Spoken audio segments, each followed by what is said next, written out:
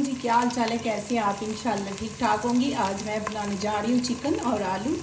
तो मैंने लिया है एक अदद बड़ा प्याज लिया है, लहसुन डाल के इसको भून लिया है। तो अभी मैं ऐड करूँगी इसके अंदर 2 टमाटर। बिस्मिल्लाह,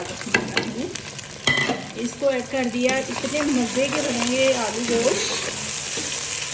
तो ये टमाटर कभी भूनते हैं फिर डालेंगे इसमें गोश्त। माशाल्लाह टमाटर खोल चुके हैं।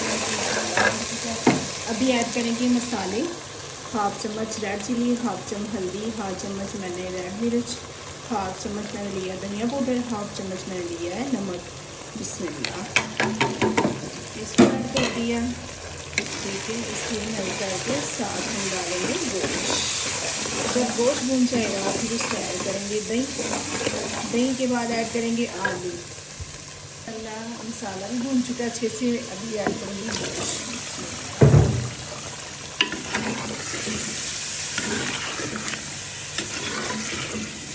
इसकी बुनाई करेंगे, फिर उसके बाद ऐड करेंगे आलू।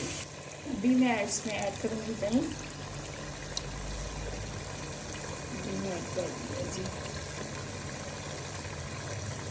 अभी गोश्त भून चुका है, दही डाल के मैंने गोश्त भून लिया। अभी मैं ऐड करूँगी 2 अदद आलू।